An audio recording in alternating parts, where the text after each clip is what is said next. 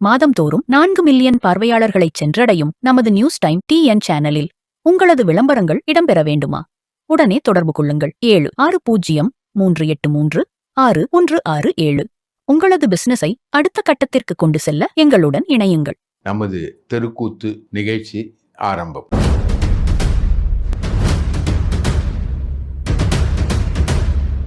இப்பொழுது முக்கியமான விஷயம், தெருக்கூத்து என்று சொல்லும்பொழுது முக்கியமான விஷயம் என்னவென்றால், அதாவது அதிமுக எந்த அளவிற்கு அழிந்து கொண்டிருக்கிறது என்பதற்கு ஒரு உதாரணம்தான் இன்று சட்டசபையில் நடந்த சம்பவம். முழுக்க முழுக்க ஓபிஎஸ், ஒரு முன்னாள் முதலமைச்சர், 4 முறை அதிமுக சார்பில் முதலமைச்சராக இருந்தவர். அவர் இப்பொழுது திமுகவில் சேருகிறார். திமுக டிக்கெட்டில் அவர் நிற்கிறார். அதற்காக அவர் அதிமுக மீது போட்ட வழக்குகளை எல்லாம் தூர எறிந்துவிட்டு பாஜகவோடு மிக நெருக்கமாக இருந்த நிலையை மறந்து இன்னைக்கு அவர் திமுகவில் சேர்றார். இதுவரைக்கும் திமுகவோட வரலாற்றில் இந்த மாதிரி அதிமுகவில் முதல்வராக இருந்தவங்க யாரும் சேர்ந்தது கிடையாது. அதிமுகவில் முதல்வராக இருந்தவங்க எம்ஜிஆர், ஜெயலலிதா, ஓ பன்னீர்செல்வம், எடப்பாடி பழனிசாமி, இந்த 4 முதலமைச்சர் தான் அதிமுகவுக்கு இருந்தது. அதில் 4 முறை முதலமைச்சராக இருந்தவர் நம்ம பன்னீர் தான். அவர் தான் கிட்டத்தட்ட அதிக முறை முதலமைச்சராக இருந்தவரும் அவர் தான் அதிமுகவில். அவர் இன்னைக்கு திமுகவில் சேரக்கூடிய வைபவம் இன்னைக்கு நடந்துக்கிட்டு இருக்கு. இது தமிழக அரசியல் வரலாற்றில் யாரும் எதிர்பார்க்காத ஒரு விஷயம். இன்றைக்கி அவர் சேம்பரில் போய் முதலமைச்சரை சந்தித்து அவருக்கு வாழ்த்து சொல்லிவிட்டு மகனோட போய் சேம்பரில் போய் வாழ்த்து சொல்கிறாரு. அவருடைய பிரதிநிதியாக ஐயப்பன் அப்படின்னு ஒரு எம்எல்ஏ புரட்சி தலைவி ஜெயலலிதா ஆசியுடன், புரட்சி தலைவர் எம்ஜிஆர் ஆசியுடன் ஸ்டாலின் மீண்டும் முதலமைச்சர் ஆவார் அப்படின்னு சட்டமன்றத்தில் அவர் பேசுகிறார். அப்போ பார்த்துக்கோங்க, இந்த மாதிரி ஒரு சீனை எந்த திமுக காரனும் எதிர்பார்த்துருக்க மாட்டான், எந்த அதிமுக காரனும் எதிர்பார்க்க மாட்டான். இதே சீனை அப்படியே நம்ம முன்னாடி கொண்டு போனால், போன சட்டமன்ற தேர்தலில் யார் எம்எல்ஏவாக நிற்கணும் அப்படின்றதுக்கு 2 பேர் கையெழுத்து போட்டாங்க. ஒருத்தர் ஓ பன்னீர்செல்வம், இன்னொருத்தர் எடப்பாடி பழனிசாமி. கையெழுத்து போட்டு எம்எல்ஏ ஆனவங்க இன்னைக்கு தான் லாஸ்ட் டேட். அவங்க எம்எல்ஏவாக இருந்ததுடைய கடைசி கூட்டத்தொடர் இன்னைக்கு தான். இன்னைக்கு அவங்க எம்எல்ஏ ஆகணும் அப்படின்னு அதிமுகவில் கையெழுத்து போட்ட ஒருங்கிணைப்பாளர் ஓபிஎஸ் இன்னைக்கு திமுகவில் போய் சேர்றார். அப்போ நீங்கள் இந்த வரலாற்று சரிவை இன்னைக்கு தமிழக அரசியல் பார்த்துருக்கு. கண்ணுக்கெட்டிய தூரம் வரை எதிரிகள் இல்லை, இது ஜெயலலிதா. கண்ணுக்கெட்டிய தூரத்தில் எதிரிகள் இருக்கிறார்கள், அவர்கள் சனாதன எதிரிகள், சமூக நீதிக்கு எதிரானவர்கள். இது திமுக. இதில் அதிமுகலேருந்து மிக மிக மிக முக்கியமான ஒரு ஆள் சேர்றார். இவருக்கு ஆஃபர்லாம் சாதாரண ஆஃபர்லாம் கிடையாது. இவருக்கும் பாஷ்யம் பில்டர்னு ஒரு அபினேஷ்னு ஒருத்தர் இருக்கார். அவர் தான் எடப்பாடியை கொண்டு போய் அமித்ஷாவை சந்திக்க வச்சவர். 3 காரில் மாறி போகிறாங்க எல்லாரும். அவருக்கும் இவருக்கும் இடையில் ஒரு 1000 கோடி ரூபாய்க்கான ஒரு பஞ்சாயத்து என்பது இருந்தது. அந்த பஞ்சாயத்தை முழுக்க செட்டில் பண்ணது சேகர் பாபு அப்படின்ற திமுக அமைச்சர் அந்த பிரச்சனையை தீர்த்து வைக்கிறார். 1000 கோடி ரூபாய் இவருக்கு வர வேண்டியது பல்வேறு ப்ராஜெக்டில் வரணும். இவர் பாஷ்யம் அடையார் கேட் ஹோட்டலில் கட்டுறாரு. நம்ம கோயம்பேடு பக்கத்தில் நிறைய பில்டிங் கட்டினார் பாஷ்யம் பில்டர்ஸ்ன்னு சொல்லிட்டு. ஏகப்பட்ட ப்ராஜெக்ட்ஸ் எடுத்திருக்காரு. நுங்கம்பாக்கத்தில் ஒரு ப்ராஜெக்ட் எடுத்திருக்காரு. இந்த ப்ராஜெக்ட் எல்லாமே திமுக ஆட்சியில் நிற்குது. அதுக்கு அப்ரூவல் கொடுக்க வேண்டிய சிஎம்டிஏ இன்சார்ஜ் யாருன்னா சேகர் பாபு. அப்போது ஒரு ட்ரையாங்குலர் டீல் நடக்குது. பாஷ்யம், சேகர் பாபு, ஓபிஎஸ். நீங்கள் ஓபிஎஸ்க்கு செட்டில் பண்ணுங்க அப்படின்னு சொல்லிட்டு ஓபிஎஸ்க்கு பாஷ்யம் கிட்டேருந்து 1000 கோடி ரூபாயை வாங்கி கொடுத்தது சேகர் பாபு. ஸோ அது முடிஞ்சிருக்கு. அப்போ அவருக்கான கிளச்சஸ் ரிலீவ் ஆகிருக்கு. எப்படி தேமுதிகக்கு ஆண்டாள் அழகர் கல்லூரி விற்கணும், அந்த கல்லூரியை வாங்குறது தனலட்சுமி சீனிவாசன் என்கிற திமுகவுக்கு நெருக்கமான இந்த கிட்னி மோசடியில் சம்மந்தப்பட்டு மாட்டின ஒரு ஹாஸ்பிட்டல் தனலட்சுமி ஸ்ரீனிவாசன் ஹாஸ்பிட்டல் திருச்சியில். அவங்களுடைய மெடிக்கல் காலேஜ் இங்கே வருது. அதுக்காக ஆண்டாளழகர் கல்லூரியை வந்து வாங்குறாங்க. இவங்க வந்து கோவில்பட்டி பக்கத்தில் இன்னொரு மெடிக்கல் காலேஜ் ஆரம்பிக்க போகிறாங்க. 100 ஏக்கர் வாங்கி போட்டிருக்காங்க. அதில் வந்து ஒரு மெடிக்கல் காலேஜ் ஆரம்பிக்கிறதுக்கான முயற்சியில் பிரேமலதா இருக்காங்க. அப்போது இது கிளியர் ஆகிட்டு இப்போ வரக்கூடிய காசில் தான் அவங்க வந்து அந்த மெடிக்கல் காலேஜ் ஆரம்பிக்கணும். அதுக்கு ஒரு கிளியரன்ஸ் கிடைச்ச உடனே அந்த வேலையை பண்ணி கொடுத்த திமுக பக்கம் இவங்க வந்துட்டாங்க. அதே மாதிரி ஓபிஎஸ் வந்து அவருக்கு ஒரு 1000 2000 கோடி கிட்ட மாட்டிக்கிட்டு இருக்கு பாஷ்யம் கிட்ட, அபினேஷ் கிட்ட. அபினேஷுக்கும் அவருக்குமான பஞ்சாயத்தை வந்து முடிச்சு கொடுக்கறது சேகர் பாபு. அதில் ஒரு பெரிய செட்டில்மெண்ட்டு நடந்ததுனால இப்போ இவர் இந்த சைடு வர்றார், திமுக சைடு வர்றார். இவருக்கு வந்து அதிமுக சைட்லேருந்து பெரிய அளவுக்கு பேசினாங்க. சிங்கப்பூருக்கு இவர் போயிட்டு வந்தார். போயிட்டு வந்தப்புறம் ஒரு பெரிய குழு வந்து உட்காந்து பேசுது, ஓபிஎஸோடு பேசுது. ஓபிஎஸ்க்கு வந்து அவைத்தலைவர் பதவி தரேன்னு எடப்பாடி ஆஃபர் கொடுக்குறாரு. ஆனால் ஓபிஎஸ் எனக்கு பிஜேபி வந்து என்னோட நான் போட்ட கேஸில் வந்து என்னை வந்து அதிமுகவுடைய பொதுச் செயலாளர் ஆக்கும் அப்படின்னு இபிஎஸ் கொடுத்த ஆஃபரை தள்ளுறாரு ஓபிஎஸ். அதுக்கப்புறம் இன்னொரு ஆஃபர் வருது, அது ரொம்ப பெரிய ஆஃபரு. மிசோரம் இல்லைன்னா அந்தமான், இதில் 2ல் நீங்கள் எதை ஒன்றா எடுத்துக்கோங்க, நீங்கள் கவர்னராக போயிடுங்க அப்படின்ற ஆஃபர் யார் கொடுக்குது? பிஜேபி. அதிமுகவுடைய அவைத்தலைவர் ஆஃபரையும் தள்ளுறாரு, பிஜேபி கொடுக்கக்கூடிய ஆஃபரையும் தள்ளுறாரு.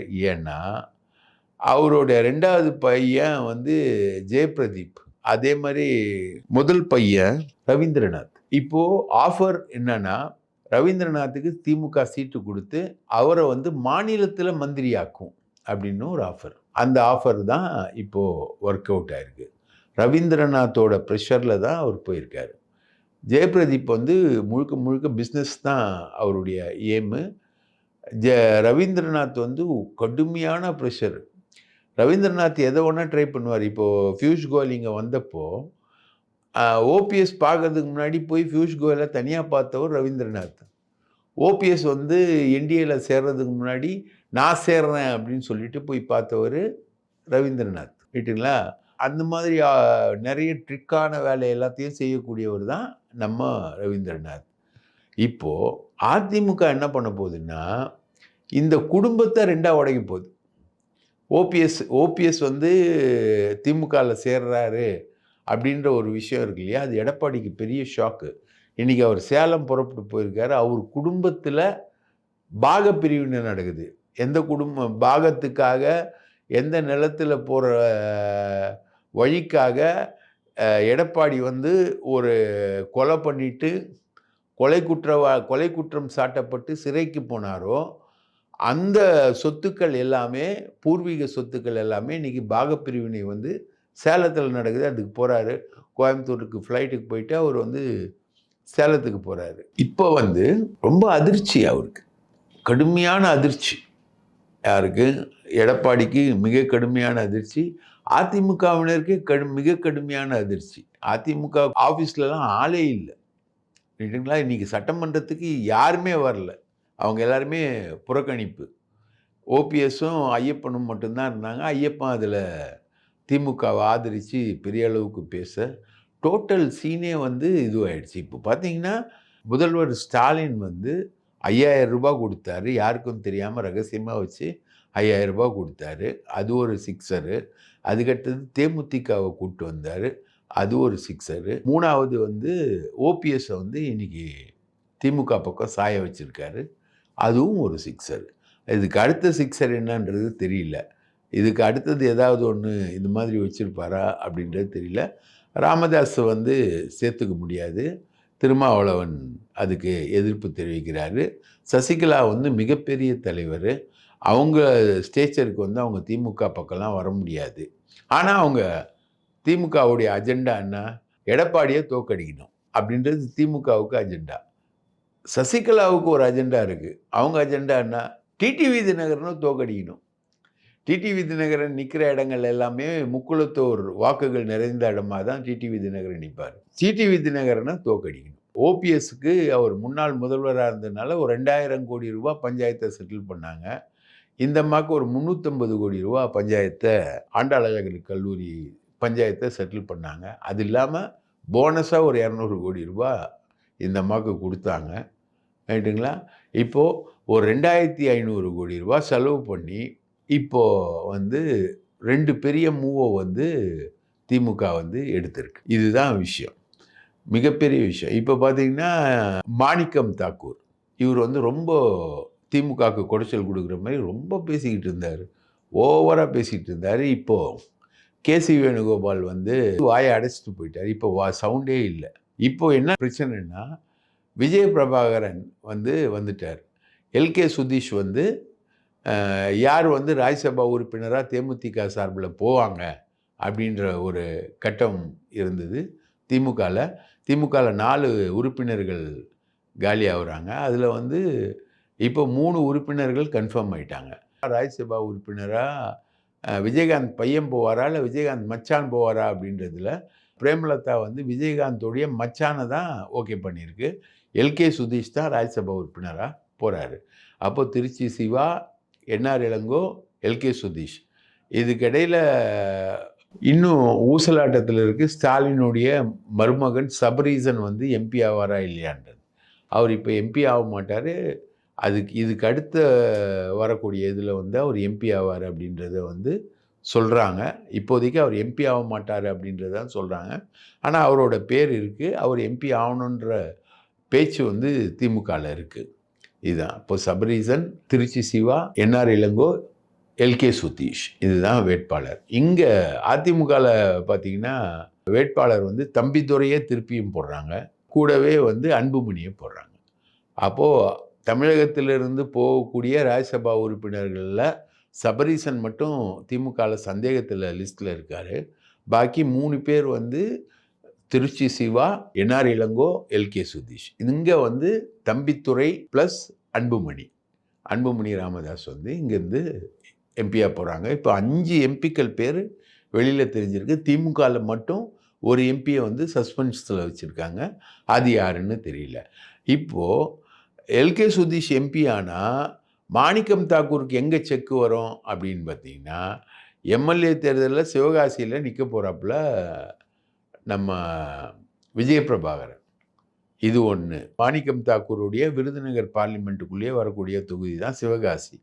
அருப்புக்கோட்டை கொடுக்க மாட்டாங்க. அருப்புக்கோட்டை கேகேஎஸ்எஸ்ஆர் நிற்கிறதுனால அருப்புக்கோட்டை தர மாட்டாங்க. அதனால் விஜய பிரபாகரனுக்கு சிவகாசி கொடுக்குறாங்க. ரைட்டுங்களா? இதுதான் அவருக்கு செக்கு. சப்போஸ் அதில் எதுனா ஒன்று நடந்ததுன்னா இன்னொரு பையன் இருக்கான் விஜயகாந்துக்கு. அந்த பையனை அடுத்தது மாணிக்கம் தாக்கூர் போட்டி போடக்கூடிய அந்த விருதுநகர் பார்லிமெண்ட்டை வந்து கொடுக்க மாட்டாங்க மாணிக்கம் தாக்கூருக்கு. விஜயகாந்தோட இன்னொரு பையனுக்கு கொடுப்பாங்க. யாரால் வந்து வெறும் 4000 ஓட்டில் மாணிக்கம் தாக்கூர் ஜெயிச்சாரோ அவரை இனி வந்து எந்த விதத்துலையும் திமுக ஆதரிக்காது. காங்கிரஸ் வந்து சைலண்ட் மோடுக்கு போயிடுச்சு. ஒருத்தரும் பேசுறதில்லை. இப்போ கேசி வேணுகோபால் வந்தார். அவர் போயிட்டு ஆதவ் அர்ஜுன் ரெட்டியை சந்திப்பார், அவர் விஜயை சந்திப்பார்லாம் கிளப்பி விட்டாங்க. ஸ்டேட் இன்டெலிஜென்ஸ் வந்து கம்ப்ளீட்டாக அவரை ஃபாலோ பண்ணி எடுத்திருக்காங்க. அவர் வந்து நைட்டு காணாமல் போனார். ட்ரைடன்ட் ஹோட்டல்லேருந்து காணாமல் போனார். அவர் எங்கே போனாருன்னு தெரியல. அவர் நள்ளிரவில் போய் சந்தித்தார் அப்படின்லாம் சொல்கிறாங்க. அந்த மாதிரி எந்த சந்திப்பும் நடக்கலை. அவர் பாட்டுன்னு கிளம்பி கேரளா கிளம்பி போயிட்டார். நள்ளிரவுக்கு போயிட்டு வந்தவர் வந்து நான் ராகுல் காந்தி கிட்ட சொல்கிறேன் அப்படின்றது சொல்லிட்டு போனார். கேசி வேணுகோபால் வந்து நள்ளிரவில் போயிட்டு விஜயை சந்தித்தார்னு கிளப்பி விட்டவங்கலாம் இருக்காங்க. அந்த மாதிரி எந்த சந்திப்பும் இல்லை. காங்கிரஸ் வந்து இப்போ சைலண்ட் மூடுக்கு போயிடுச்சு. அடுத்து வந்து இவங்க என்ன செய்வாங்க அப்படின்றது தான். இப்போ நீங்கள் பார்த்தீங்கன்னா உங்களுக்கு அடிஷ்னலாக வந்து ஒரு 7 சீட்டு தேமுதிகவுக்கு கொடுத்தாலும் 4 சீட்டு வந்து ஓபிஎஸ் பையன், ஐயப்பன், இன்னொருத்தர் 4 பேர் 4 சீட்டு. அப்போ 11 சீட்டு போயிடுச்சு. காங்கிரஸ் வச்சிருந்த 25 சீட்டில் இப்போது 11 சீட்டு போயிடுச்சு. ரைட்டுங்களா? மிச்சம் இருக்கிறது அவங்கக்கிட்ட 14 சீட்டு தான் இப்போ கையில் இருக்குது. திமுக கையில் இருக்குது. ஏற்கனவே திமுக நின்ன தொகுதிகளில் திமுக போட்டியிட்டு மற்ற தொகுதிகளில் போட்டியிட்டு போனான்னா கிட்டத்தட்ட 11 சீட்டு இப்போ போயிடுச்சு. மக்கள் நீதி மையத்துக்கு எப்படியும் ஒரு 2 சீட்டோ 3 சீட்டோ கொடுக்கணும். 15 சீட்டு போயிடுச்சு.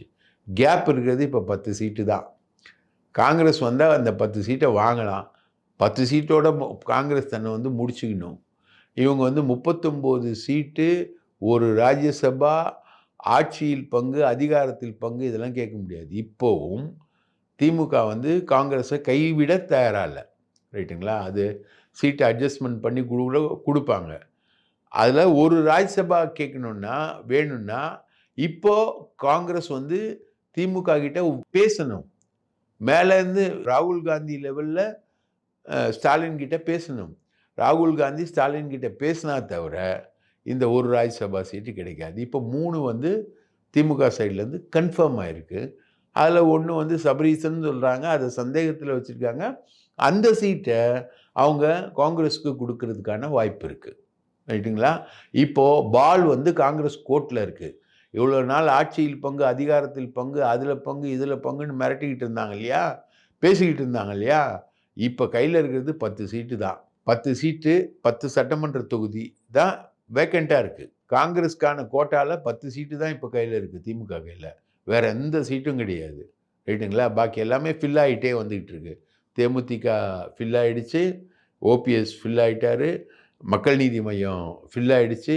அது இல்லாமல் இன்னும் உதிரிகள் இருக்காங்க, அல்ல சில்லறைகள் நிறைய இருக்காங்க. அவங்களுக்கு எல்லாருக்கும் கொடுக்கணும். வேல்முருகன் ஒருத்தர் இருக்கார், அவருக்கு கொடுக்கணும். அவங்களாம் உதயசூரியன் சின்னத்தில் போட்டி போடுவாங்கன்னு ஒரு கண்டிஷன் இருந்தாலும் திமுக இந்த முறை அதிகமான தொகுதிகளில் போட்டி போட விரும்புது. போன தடவை போட்டதை விட அதிகமான தொகுதிகளில் போட்டி போட விரும்புது. இவங்க மாணிக்கம் தாக்கூர் சொன்னார் இல்லையா, நீங்கள் 40 தொகுதிகளில் தோத்தீங்களே, அதை தானே நாங்கள் கேட்குறோம் அப்படின்னு சொல்கிறார் இல்லைங்களா? அந்த மாதிரி ஒரு தோல்வி வராமல் இருக்கிறதுக்காக திமுக ஸ்பீடாக ஒர்க் பண்ண பார்க்குது. இந்த தடவை எல்லா கட்சிகளுக்கும் வின்னபிலிட்டி அதிகப்படுத்தி கொடுக்கணும் அப்படின்றதான் திமுகவுடைய ஸ்ட்ராட்டஜிக்காக இருக்குது. அதுக்காக தான் தன்னோட ஓட் பேஸை வந்து இன்க்ரீஸ் பண்ணுது. இப்போது ஓபிஎஸ் வந்தது வந்து தென் மாவட்ட முக்குளத்தோர் மத்தியில் ஒரு பெரிய பழம் நழுவி பாலில் விழுந்தது வந்து தேமுதிக, பலாப்பழமே நழுவி பாலில் விழுந்தது தான் ஓபிஎஸ். இல்லை, பழம் நழுவி பாலில் விழுந்தது மட்டும் இல்லை, பலாப்பழமும் நழுவி பாலில் விழுந்தது. அப்போ அது எவ்வளோ பெரிய பால் அண்டாவாக இருக்கும். அது பலாப்பழம் நழுவி பாலில் விழுறதுக்கு. ரைட்டுங்களா? அந்த மாதிரி அவங்க வந்து தங்களோட டாக்டிக்கல் லைனை அவங்க கொண்டு போயிட்டுருக்காங்க. ஏடிஎம்கே பயங்கர டிசரே. அதில் வந்து இப்போது சசிகலா வந்து ஒரு பெரிய ஓட்டையை போட போகிறாங்க. கமுதியில் விழா நடத்தி அவங்களும் திவாகரும் சேர்ந்து என்ன பண்ண போகிறாங்கன்றது இருக்குது. அதே மாதிரி ராமதாஸ் அவர் வந்து விஜய் கூட சேர்றதுக்கான பேச்சுவார்த்தையில் ஈடுபட்டுக்கிட்டு இருக்காரு. அவரை சேர்த்தா விஜய்க்கு வரக்கூடிய தலித் வாக்குகள் வராது அப்படின்னு விஜய்க்கே ஒரு பயம் வந்திருக்கு. இப்போ ராமதாஸ் வந்து அதனால தான் என்னை அரசியலில் ஒழிக்க சதி, எப்போ சவுக்கு சங்கரோட சேர்ந்தாரோ அப்பவுமே அவரை ஒழிக்க சதி தான். ரைட்டா? சவுக்கு சங்கர் வந்து போன இடம் வந்து உருப்பிட்டதே கிடையாது. அவர் போன இடம் தான் டாக்டர் ராமதாஸ். அது என்ன ஆச்சுன்றது பாருங்கள். டாக்டர் ராமதாஸ் திமுகவும் சேர்க்கல, அதிமுகவும் சேர்க்கல, தாவேகாவும் சேர்க்கல. நடு ரோட்டில் தான் ராமதாஸ் நின்றுக்கிட்டு இருக்காரு. இதுதான் சவுக்கு சங்கர் போகிற இடத்தோட விளைவு. இப்போது நம்ம வேலுமணிக்கு அட்வைஸராக போயிருக்காரு. வேலுமணியுடைய எல்லா அட்வைஸும் அவர் தான் பண்ணிக்கிட்டு இருக்காரு. அது இப்போ கோர்ட்டில் கேஸ் வந்திருக்கு. அந்த கேஸை வந்து தேதி குறிப்பிடாமல் ஒத்தி வச்சுருக்காங்க. இவர் எனக்கு எந்த கண்டிஷன்லாம் போடாதீங்க, நான் வந்து பேசணும், யூடியூப்பில் பேசணும் அப்படின்லாம் ஆர்கியூ பண்ணியிருக்காரு இவர். இதுக்கான விஷயங்கள் எல்லாத்தையுமே இவர் பேசினது என்ன, பேசினதுனால நடந்த விளைவுகள் என்ன அப்படின்றது வந்து கவர்மெண்ட் தரப்பு வந்து எடுத்து வச்சுருக்கு. முதல் நாளே அவர் ஜெயிலேருந்து வந்த முதல் நாளே ஃபெலிக்ஸோடு தான் உட்காந்து இன்டர்வியூ பண்ணதார் அப்படின்னு கவர்மெண்ட்டு வந்து சொன்னதா ஃபெலிக்ஸ் வந்து புலகாங்கிதமாக அவர் டிவியில் பேசிக்கிட்டு இருக்கார். அவருடைய யூடியூப்பில் அவரோட மகளை வச்சு பேசிக்கிட்டு இருக்கார். ரைட்டு, நீங்கள்லாம் பேசுங்க, இதோட விளைவுகள் என்னன்னு தெரியும். ஸோ சவுக்கு சங்கர் போன இடம் உருப்படாது அப்படின்றத அந்த கதையிலேருந்து மொத்தமாக இன்றைக்கி இருக்கக்கூடிய பொலிட்டிக்கல் சினாரியோ என்பது இதுதான். இப்போ ஒரே ஒரு சீட்டு பெண்டிங் வச்சு திமுக வந்து வெயிட்டிங்கில் இருக்கு. பிஜேபியில் கேசவ விநாயகம்னு ஒருத்தரை நீக்கிட்டு அவர் தான் ஆளினால் அண்ணாமலைக்கு இருந்தார். பிரச்சோபகுமார், அவரும் மலையாளி நாயர் தான் வந்து அங்கே வந்து அமைப்பு செயலாளராக வருவாங்க போல இருக்கு. பிரச்சோபகுமார் ஒருத்தரை வந்து போகிற பதவியை நீக்கின கேசவ விநாயகமும் இன்னொரு மலையாளி அரவிந்த் மேனன் 2 பேரும் வந்து ரெக்கமெண்ட் பண்ணுறாங்க. அவருக்கு பிரச்சோபகுமாருக்கு பதில் செந்தில் அப்படின்னு ஒரு ஆர்எஸ்எஸ் அண்ணாமலையோடு சேர்ந்து கொள்ளையடிச்சாள். அவருக்கு வந்து அண்ணாமலை ரெக்கமெண்ட் பண்ணுறாரு. ஆர்எஸ்எஸ்காரங்க கொள்ளை அடிக்க மாட்டாங்க, திருட மாட்டாங்க, எதுவும் பண்ண மாட்டாங்கன்றது இருக்கக்கூடிய விஷயம். அங்கே வந்து மோடி மேலே எப்ஸ்டீன் ஃபைலில் மோடி மாட்டின மாதிரி இங்கே ஏகப்பட்ட எப்ஸ்டீன் ஃபைலில் மாட்டினவர் தான் இந்த கேசவ விநாயகம். இவரை தூக்கி போட்டோடனே இன்னொரு பிரம்மச்சாரி பிரச்சோபகுமாரை கொண்டு வர்றதுக்காக இருக்காங்க. இதில் ஹார்டனிங் ஃபேக்ட் என்னென்னா, இந்த வாட்டி தேர்தலுக்காக பாஜக வந்து 1000 கோடி ரூபாய் கொடுக்குது. 1000 கோடி ரூபாயை ஆட்டைய போடுறதுக்கு பொன்னார் தலைமையிலான தேர்தல் பணிக்குழு தயாராகவே இருக்குது. ரைட்டுங்களா? அப்போது நம்ம வினோஜ் பி செல்வம்னு ஒருத்தர் இருக்கார். அவர் வந்து ஒரு ஹோட்டலியர். ஹோட்டலியர்னா வரக்கூடிய தலைவர்களுக்கு என்ன வேலை செஞ்சு கொடுப்பான்றது எல்லாருக்கும் தெரியும். அந்த ஹோட்டலியர் வந்து டி நகர் கேட்குறாரு, 5 கோடி ரூபா ஆஃபர் கொடுக்குறாரு அவர். 5 கோடி ரூபா, அதுக்கு 2 கோடி ரூபா அட்வான்ஸு, ப்ளஸ் வந்து கேரண்டி என்ன கொடுக்குறாருன்னா, தேர்தலுக்காக எங்கிட்ட கொடுக்குற பணத்தை நான் வந்து பிரச்சனை பண்ண மாட்டேன், உங்ககிட்டயே கொடுத்துருவேன் அப்படின்னு அரவிந்த் மேனன் கிட்ட ஒரு சொல்லிக்கிட்டு இருக்காரு. இப்போது ஒரு கேசவ விநாயகம் ஒரு மலையாளி, அவர் கொள்ளையடித்தது போக அரவிந்த் மேனன் இன்னொரு மலையாளி பிஜேபியில் வந்து கொள்ளையடிக்கக்கூடிய வைபவம், கூடவே அண்ணாமலை. அண்ணாமலை வந்து முழுக்க முழுக்க நயினார் நாகேந்திரனுக்கு எதிராக செயல்பட்டு பிஜேபி வந்து எந்த ஓட்டையும் வாங்க முடியாது, இந்த முறை ஒரு சீட்டு கூட பிஜேபி ஜெயிக்காது அப்படின்னு பிஜேபிக்காரங்களே சொல்லிக்கிட்டு இருக்காங்க. அந்த அளவுக்கான வேலைகளை வந்து அவர் பண்ணிக்கிட்டு இருக்காரு. இப்போது அவரை வந்து ஐபி வாட்ச் பண்ணுது, ஸ்டேட் கவர்மெண்ட் வாட்ச் பண்ணுது. இன்னும் வந்து அண்ணாமலை வந்து மந்திரி பதவி கிடைக்கும்னு எதிர்பார்க்குறாராம். அவருக்கு மத்திய மந்திரி பதவி கிடைக்கும்னு எதிர்பார்த்துக்கிட்டு இருக்காராம். ஆனால் அவர் செய்கிறது முழுக்க பிஜேபிக்கு எதிரான வேலை, நயினார் நாகேந்திரனுக்கு எதிரான வேலை. நயினார் நாகேந்திரனுடைய ஒரே வேலை எப்படின்னா, எப்படியாவது அதிமுகவுடைய கூட்டணி வந்து சாஃப்டாக கொண்டு போயிட்டு அங்கேருந்து கிடைக்கிற 1000 கோடி ரூபாவுக்கு ஆட்டிய போட்டுடணும் அப்படின்றது நயினார் இது. ஏன்னா ஏற்கனவே போன தேர்தலில் வந்து அண்ணாமலை ஒரு 1000-1500 கோடிக்கு மேலே ஆட்டிய போட்டார். இப்போது வினோஜ் பி செல்வம் வந்து 5 கோடி ரூபா கொடுக்கறது இருக்கு இல்லையா, அட்வான்ஸாக டி நகர் தொகுதிக்கு. அதே மாதிரி இந்த சைடில் மாணிக்கம் தாக்கூர் அவருக்கு வந்து 5 தொகுதி கொடுக்கணும். கூட்டணி வந்து பிரச்சனை இல்லாமல் ஃபைனலைஸ் ஆயிடுச்சுன்னா அவர் கையில் 5 தொகுதி கொடுக்கணும். 5 தொகுதியை வந்து அவர் 5 பேருக்கு விற்பார். ஒருத்தருங்கிட்ட 20 கோடி ரூபா ரேட் பேசியிருக்காரு. 20 crores. 5 தொகுதி கொடுத்தோன்னா சட்டமன்ற தொகுதியில் ஜெயிக்கிறதுக்கு 5 தொகுதி அவர் கையில் கொடுக்கணுமா. கொடுத்தீங்கன்னா 100 கோடி ரூபா. ஏடா ஓபிஎஸ்க்கு தேமுதிகவுக்கும் செட்டில்மெண்ட் பண்ணதே 2500 கோடி. இங்கே வந்து பிஜேபியில் வரக்கூடியது 1000 கோடி. எம்எல்ஏ சீட்டை வந்து காங்கிரஸ் விற்கிறதுக்கு மாணிக்கம் தாக்கூர் பேசுறது 100 கோடி. 5 தொகுதி அவர் கையில் கொடுக்கணுன்ற அடிப்படையில். இதுக்கு தான் குரலே. மாணிக்கம் தாக்கூரோட குரலுக்கான முக்கிய காரணமே செல்வ பெருந்தகை டோட்டலாக ஆட்டியை போட்டு போயிடக்கூடாது இந்த முறை.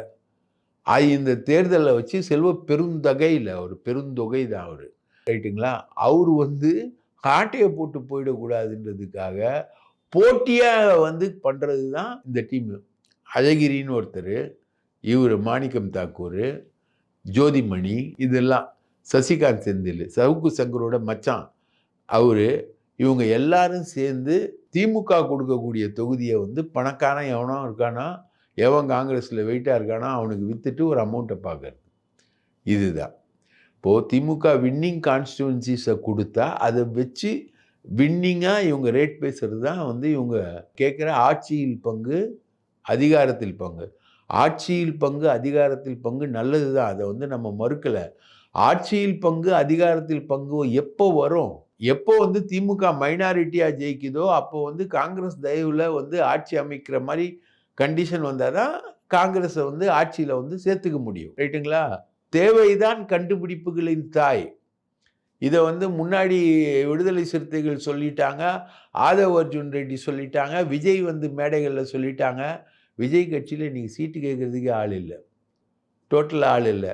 அங்கே புதுக்கோட்டை மாவட்டத்தில் யாரோ ஒருத்தரை கஞ்சா வியாபாரியை போட்டுட்டாங்கன்னு அங்கே இருக்கக்கூடிய ஆட்கள் எல்லாருமே கட்சியை விட்டு விலகக்கூடிய ஒரு சூழல் என்பது அவங்க நமக்கு அனுப்பிக்கிட்டு இருக்காங்க.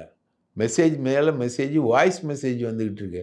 அண்ணே என்னை பதவியிலேருந்து எடுத்துருங்க, அண்ணே என்னை பதவியிலேருந்து எடுத்துருங்க அப்படின்னு மெசேஜ் போட்டு நமக்கு வருது புதுக்கோட்டையில். ஒரு ஒன்றிய செயலாளர் பதவிக்கு. அங்கே நடக்கிறது 900 கோடி ரூபாய் கலெக்ஷன். அண்ணன் புஷி ஆனந்த் அவரோட கலெக்ஷன் அங்கே நடக்குது. 900 கோடி, 2500 கோடி, 1000 கோடி, இங்கே ஒரு 1000 கோடி. இப்போ தமிழகத்தில் அரசியல்வாதிகள் தாங்க பணக்காரன், பெரிய பணக்காரன், ரைட்டுங்களா? அவன் வைக்கிறது தான் சட்டம், அவங்ககிட்ட தான் காசு. இவங்க அரசியல் பண்ணுறது எல்லாமே 1000, 2000, 5000 கோடிகள், ரைட்டுங்களா?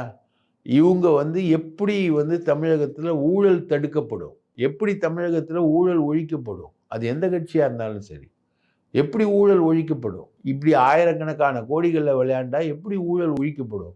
ஆயிரக்கணக்கான கோடிகள் அரசியலுக்காக செலவு செய்யப்படுதுன்னா அதை திருப்பி எடுக்கிறதுக்காக முயற்சி என்பது இருக்கும் இல்லையா? அப்போ எங்கே ஊழல் ஒழிக்கப்படும்? எங்கே நியாயம், தர்மம், நியாயம்லாம் எங்கே நடக்கும்? இதுதாங்க இன்னைக்கு தமிழக அரசியல். எங்களுக்கு கிடைத்த தகவல்களை எல்லாம் உங்களிடம் சேர்த்து விட்டோம். எங்களுக்கு வாய்ப்பு கொடுத்ததற்கு மிக்க நன்றி.